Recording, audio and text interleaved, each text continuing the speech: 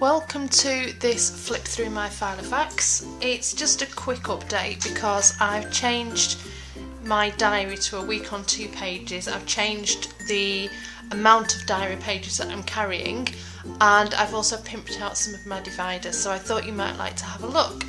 As you can see, I'm still using the black Kensington. It's looking a little stuffed, but that's because I've got a notebook in the back of it. Let's just have a look inside. As you can see, the inside pocket section is still very much the same: business cards, magnetic page markers, and I've got my stickers and my flags. I've trimmed these down a little bit. I'm not carrying quite so many around with me anymore because I don't see the point. So I'm carrying about 5 of these cupcake post-its that I found in WH Smith's. I take about the same amount of these cassette style sticky notes, which have got quite a good writing space on them, and I'm probably the last person in the world to hear about these, but I'm also carrying a few of these masking sticker sets which I bought from Amazon, about £1.50, £1.20, something like that, for 27 sheets, and they've got thin and thick strips and some circles, so they're just handy to carry around instead of washi tape for highlighting things. Yeah, just a few stickers in there. And I've got, not really a charm, but I've got my Scrabble tile on there with my initial on it. First section is my envelope with my my London Underground £2 coin in there, and one of my business cards to remind me of my own phone number, which I still haven't memorised after 3-4 months, which is a bit ridiculous, but never mind. Then the first part of the pimping out is my dashboard. I had this washi tape and I didn't know what to do with it. I was a bit dubious about using it. Wasn't too sure how sticky it would be or how easy it would be to use. So yeah, I just cut some off, and it's actually a lot easier to work with than I thought it would be, and I just think it looks really good on the edges of that dashboard there. Then I'm using flags to mark off notes and things in my Filofax now, so I'm keeping those at the front, keeping those quite prominent. And then this is the first of the dividers. Now this is an old black A to Z divider, and there's 9 sections in it. So as you can see, I just put washi around the edges and cut it on the diagonal corners just to give it a bit more pleasing to the eye. And you may notice that I haven't actually marked up the dividers yet with any words or any titles of sections. And that's because my label maker, the text on it is a little bit too big for these, so I'm just trying to think of a new way to do it. I was going to use this washi tape, which is a really nice sparkle. I'm not sure whether the camera's catching that or not. Nice silver sparkle, but it's not actually sticking to this washi tape very well, so I'll find another use for that. First section, as always, is my notes section, just spare paper that I can scribble on at any time. And again, I've just discovered these smash pads, which this is the entertainments one, and I've got just a couple in here. Would love to learn to how to, my top 5 movies, TV shows or bands. Oh my god, that was fun. But what I'm going to be using these, you'll see them dotted around in the diary section in a little while, is I'm using them as prompts because I want to get into a little bit more of journaling, which is why I've moved to a bigger diary space.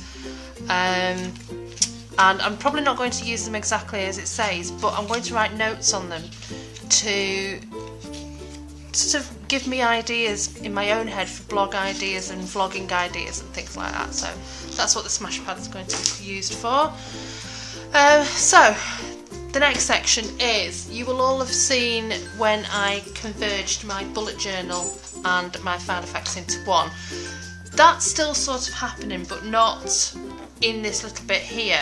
This is my monthly to-dos that I need reminding of constantly, or my forward planning, if you will. So this is my key that I use, and these were just some important reminders for September. And what I'm going to do is, as things come into my head for October, November and December, I'm going to write them on each of these lists. and then I've just got one sheet at the back which is 2015 ideas that I need to remember, and then I'll transpose those into the diary. So the third section is now the diary, and as you can see I've moved on to a week on 2 pages rather than a week on 1 page. It's giving me a lot more writing space, which is, like I said, I want to get into a little bit of journaling, maybe just a quote of the day or just some feelings about the day. Not really a diary as such, but I just want to write more, just something I want to try out. So I'm into, you see there's one of the smash cards there, so that's some blog ideas, and you can see I'm just using a little bit of the bullet journaling ideas here and here as well. So yeah, so there's not really much forward planning has gone on in here, just some notes that I need to do.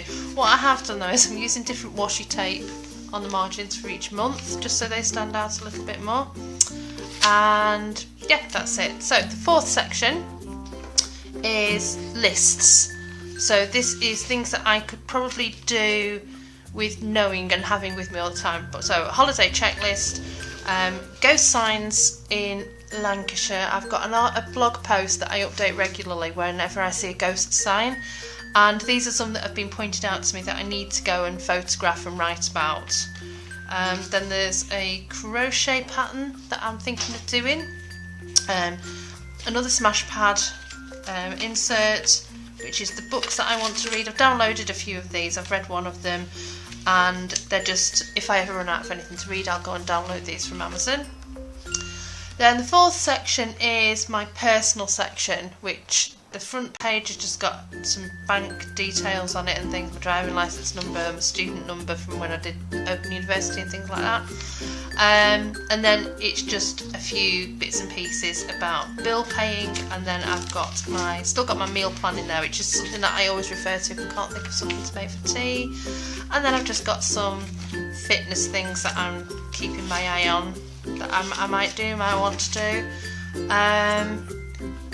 And then yeah, so the fourth section is my contacts. So I've covered it up because you don't need to see that, but that's just my quick reference list of people in my family that I might need to ring if if my phone dies on me or something like that.